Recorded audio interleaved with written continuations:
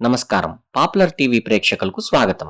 ఈరోజు మనమంతా కర్కాటక రాశి వారికి 2026 సంవత్సరం ఎలా ఉండబోతుందో వివరంగా, ముఖ్యంగా ఆర్థిక పరంగా వారికి ఎలాంటి ఫలితాలు ఉన్నాయో తెలుసుకుందాం.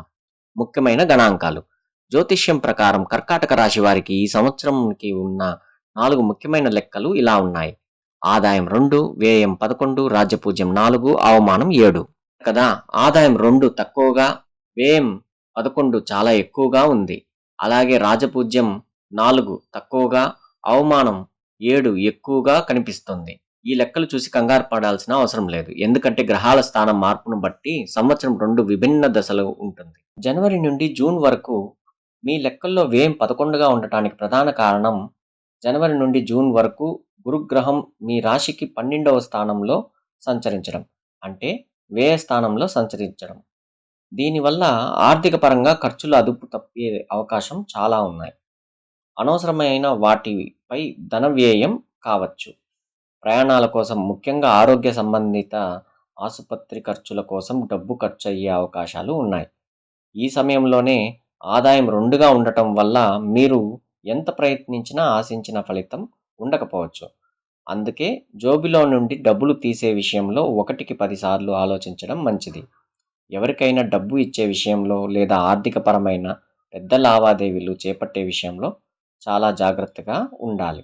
కర్కాటక రాశి వారికి శుభవార్త ఏంటంటే, జూన్ 2 తర్వాత గురుడు మీ జన్మరాశిలోకి, అంటే 1వ స్థానంలోకి ప్రవేశిస్తాడు. ఇక్కడ నుంచే పరిస్థితి మారిపోతుంది. ఆర్థిక సమస్యలకు పరిష్కారాలు లభిస్తాయి మరియు ఆదాయ మార్గాలు పెరుగుతాయి. ఉద్యోగంలో పదోన్నతి, జీతం పెరుగుదల ఉంటుంది. వ్యాపారం విస్తరిస్తాయి. కొత్త ఉద్యోగ ప్రయత్నాలు చేసేవారికి మే మాసం తర్వాతే వారి ప్రయత్నాలు ఫలించే అవకాశాలు ఉంటాయి.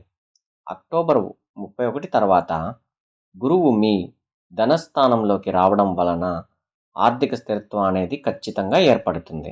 గౌరవం, అవమానం గురించి. రాజ్యపూజ్యం 4, అవమానం 7గా ఉండటం వలన మీరు మొదటి 6 నెలలు కాస్త మెంటల్ ప్రెషర్ ఎదుర్కోవాల్సి ఉంటుంది. ఉద్యోగపరంగా సవాళ్లు ఎదురవ్వడం, ఇతరుల నుండి సరిగ్గా మద్దతు లభించకపోవడం జరగవచ్చు. మీపై ఉన్న ఒత్తిడి వల్ల కుటుంబ సభ్యులతో సరైన సమయం గడపలేక చిన్న చిన్న అపార్థాలు వచ్చే అవకాశం ఉంది. అయితే జూన్ తర్వాత గురువు అనుకూలించడం వలన ఈ ప్రతికూల ఫలితాలు తగ్గిపోతాయి. సమాజంలో మీ గౌరవం పెరుగుతుంది. మీరు తీసుకునే నిర్ణయాలు విజయవంతం అవుతాయి. వివాహం, సంతానం, ఆరోగ్యపరంగా కూడా అనుకూలమైన ఫలితాలు లభిస్తాయి. పరిహారాలు.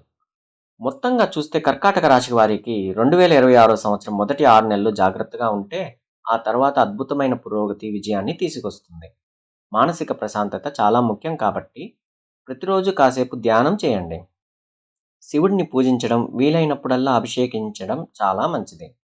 ప్రతి గురువారం దత్తాత్రేయ స్వామిని పూజించాయి. పసుపు రంగు వస్త్రాలు ధరించడానికి ప్రయత్నించండి. ఈ జాగ్రత్తలు పాటిస్తే మీ జీవితంలో ఎలాంటి సమస్య వచ్చినా సులభంగా దాటివేయగలరు. ఈ సమాచారం మీకు ఉపయోగపడుతుందని ఆశిస్తున్నాం.